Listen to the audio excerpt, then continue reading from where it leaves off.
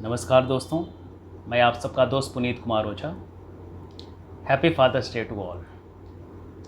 दोस्तों, वैसे तो देखा जाए तो हमारी भारतीय संस्कृति में कोई एक दिन विशेष नहीं होता है किसी भी चीज़ को सेलिब्रेट करने का। हालांकि ये सब पश्चिमी संस्कृति है, लेकिन फिर भी अगर इसका सकारात्मक पक्ष देखें तो जाहिर सी बात है, अगर 365 दिन में एक दिन विशेष जन्मदिन होता है, ठीक उसी प्रकार हम ये भी मान लेते हैं कि आज के विशेष दिन विशेष अनुभव कराना हम सबका की एक नैतिक जिम्मेदारी होती है।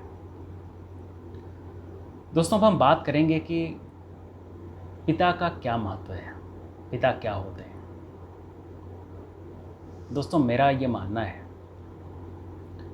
पिता उस मजबूत आधार की तरह हैं, उस मजबूत नींव की तरह हैं जिसके बिना एक मजबूत इमारत का सपना अधूरा है।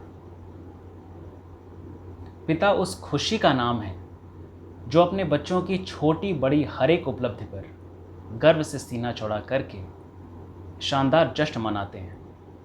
पिता उस सहारे का नाम है जो असफलता पर बिल्कुल एक वरद हस्त बन के, एक सपोर्ट सिस्टम बन के हमारे साथ उतने ही मुस्तैदी और मजबूती के साथ खड़ा रहते हैं। पिता वो हैं जो सफलता के जश्न के दौरान संकेत में ये भी बताना नहीं भूलते कि सफलता का गुरूर नहीं होना चाहिए, और असफल होने पे इस बात का भी हमेशा हौसला देते हैं कि असफलता कोई अंतिम रास्ता नहीं है। ये तो महज एक इत्तेफाक है, ये तो महज एक चुनौती है जो कि अपने आप को और इम्प्रूव करने के लिए दी गई है। इत्तेफाक यहाँ पे इसलिए मैंने कहा कि डिपेंड करता है कि हम उसे किस तरीके से लेते हैं। क्या सफलता सिर्फ वही है जो कि हमने एकेडमिक करिकुलम या एकेडमिक वर्ल्ड के अनुसार देखा है? क्या सफलता सिर्फ और सिर्फ सरकारी नौकरी है? बिल्कुल भी नहीं। अब दोस्तों, यहाँ पिता का महत्व बताने का सिर्फ और सिर्फ एक कारण है। पिता हमारे साथ हर पग पर खड़े रहते हैं, जताते नहीं हैं। पिता उस मजबूत चट्टान का नाम है जो हर प्रकार के बारिश, तूफान और सभी प्रकार के कष्टों को बड़े ही दृढ़ता के साथ झेलते हैं, जाहिर नहीं होने देते। पिता उस दोस्त की तरह है जिसकी उपस्थिति भी बहुत खुश कर देती है और जिसकी अनुपस्थिति से थोड़ी सी मायूसी भी होती है। पिता उस दोस्त की तरह भी हैं जिससे कभी कभी हम लोग अपनी नाखुशी भी जाहिर करते हैं, क्योंकि जहाँ पे हक होता है, जहाँ अधिकार होता है, जहाँ अपनापन होता है, वहाँ थोड़ा बहुत गुस्सा भी चलता है। पिता उस अनुशासन वाले, कड़ाई करने वाले एक अध्यापक की भांति है जिसका अनुभव करके ही व्यक्ति अपने आप को अनुशासन के ढांचे में पूरी तरीके से ढाल लेता है। पिता उस खूबसूरत मुस्कुराहट का नाम है जो हर प्रकार से हमेशा हमें इस तरीके से खुश देखना चाहता है कि हमारे ज़िंदगी में किसी भी प्रकार का कोई संघर्ष ना आए। वो खूबसूरत मुस्कुराहट, वो मजबूत थी, और वो साहस, वो आस, वो विश्वास, ये पिता है। पिता का होना अपने आप में एक व्यक्ति की ज़िंदगी में सबसे बड़ी मजबूती है। दोस्तों, पिता उस पेड़ की तरह है, उस पिता उस परोपकार का नाम है जैसा कि पेड़ करते हैं, वृक्ष करते हैं। जताते नहीं हैं, बताते भी नहीं हैं, लेकिन परोपकार हर वक्त करते हैं। पिता उस मजबूत चौखट का नाम है जिस पे एक मजबूत दरवाज़ा खड़ा रहता है।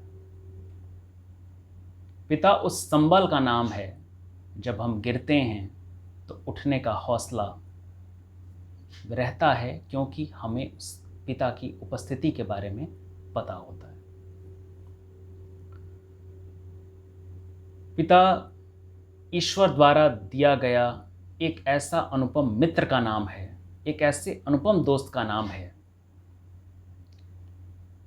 जिसकी कल्पना से ही हम मजबूत स्थिति में हो जाते हैं, जिसकी कल्पना करके ही अपने आप को हम मजबूत मानने लगते हैं। पिता उस त्याग का नाम है जो अपने लिए कुछ भी याद नहीं रखना चाहता, ना अपने लिए उसने कभी सोचा है, लेकिन वो उतना बड़ा त्यागी है कि अपने बच्चों, अपने परिवार की खुशी में ही अपनी सारी खुशी ढूंढ लेते हैं। दोस्तों, मनोज मुंतशिर साहब ने एक बहुत ही बेहतरीन लाइन एक पिता के बारे में कही है, मैं यहाँ उससे कोट करना चाहूँगा और बहुत बहुत कोटि कोटि धन्यवाद देना चाहूँगा मनोज मुंतशिर साहब को, जिन्होंने इस खूबसूरत पंक्ति के माध्यम से पिता का महत्व बताया। कयामत भी आ गई तो क्या, हमें कयामत से डर नहीं, मेरा बाप जिंदा है अभी। दोस्तों, ये दो लाइन नहीं है, ये वो जज्बात है, ये वो फीलिंग, ये एहसास है। जिसने एहसास किया होगा वो जानता होगा कि पिता का मतलब होता क्या है। दोस्तों, कई बार लगता है बच्चों को कि वो बड़े हो गए हैं, कुछ ज़्यादा जानने लगे हैं, ज़्यादा प्रैक्टिकल हो गए हैं। कई बार ऐसा लगता है कि आपसी विचार नहीं मिलते, कई बार ऐसा लगता है कि एक जैसी सोच नहीं है। लेकिन सबसे खूबसूरत बात भी यही है कि हमें पिता के साथ वैचारिक सहमति ना होने के बाद भी हमें उनकी बातों और उनके तजुर्बे से जो जीवन का सही ज्ञान मिलता है, वो इस दुनिया की सबसे प्राइसलेस गिफ्ट है। दोस्तों, मेरा ये मानना है कि पिता की उपस्थिति और अनुपस्थिति दोनों के अपने अपने मायने हैं। उपस्थिति जब है तो दुनिया में आप सबसे ताकतवर हैं। तो आज मैं सिर्फ और सिर्फ अच्छे पक्ष की ही बात करूंगा। उस उपस्थिति का एहसास कीजिए, हमेशा कीजिए, और उस ऊपर वाले को कोटि कोटि धन्यवाद कहिए कि आपके पास पिता का साया है, आपके पास एक मजबूत आधार है। चाहे जितने भी हवा के थपेड़े क्यों ना आ जाएं, चाहे कितने भी तूफान क्यों ना आ जाएं, मेरे पिता मेरे साथ हैं तो मैं मजबूत हूं। दोस्तों, आज टेक्नोलॉजी ने बहुत तरक्की कर ली है, बहुत सारे नए नए इन्वेंशंस हो रहे हैं, आर्टिफिशियल इंटेलिजेंस तक की जो साकार रूप में होते देखा जा रहा है और आने वाले समय में और भी ज़्यादा देखा जाएगा। लेकिन इन सब के बावजूद मशीन में वो भावना, वो त्याग या वो सहारा नहीं हो सकता है जो कि हम अपने रिश्तों में देखते हैं। दोस्तों, यहाँ मैंने पिता के बारे में जिक्र किया है तो इसका सीधा मतलब ये है कि आप कितने भी मशीनों से करीब क्यों ना हो जाओ,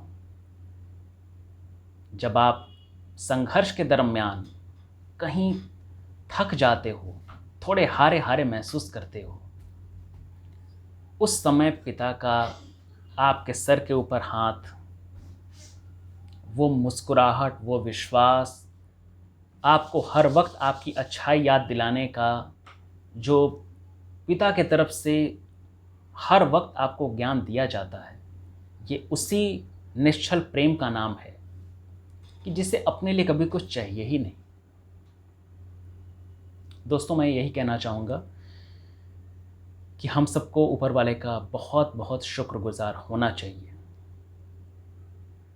पिता का साया क्या चीज़ होती है, अगर आप अनुभव करते हैं या आपने अनुभव किया है तो आपको पता होगा कि उसका मतलब क्या है। वो शब्द में बयां नहीं किया जा सकता। बातें तो बहुत हो सकती हैं, लेकिन बस मैं इन्हीं चंद शब्दों के साथ अपनी वाणी को विराम देना चाहूँगा और दुनिया के उन तमाम पिता को मैं प्रणाम करता हूँ। दोस्तों, शब्द अलग अलग हो सकते हैं, कोई फादर कहता है, कोई बाबा कहता है, कोई अब्बा कहता है, सबका मतलब एक ही है, सब में वही बात होती है, सबका त्याग का नज़रिया एक ही है। दोस्तों, इन्हीं बातों के साथ मैं अपनी वाणी को विराम देता हूँ और मैं उम्मीद करता हूँ कि ये जो मैंने अपनी बात रखी है, अगर आप इससे कनेक्ट कर पा रहे हैं तो बहुत अच्छी बात है। अगर आप इससे कनेक्ट नहीं भी कर पा रहे हैं तो इसे सुनिएगा। और अगर कहीं ऐसा लगता है कि हमसे कोई चूक हुई है, उसे दिल से स्वीकार करके झुक जाइए उन चरणों में। अपने आप आपके लिए तरक्की के मार्ग खुल जाएंगे और वो ईश्वर भी आप पे मेहरबान हो जाएगा। Thank you so much guys. मेरा विचार आप सबको पसंद आता है तो इसे ज़्यादा से ज़्यादा लाइक करें, शेयर करें, और जो लोग मेरे चैनल पर नए हैं चैनल को सब्सक्राइब भी ज़रूर करें। Thank you so much. जय हिंद, जय भारत।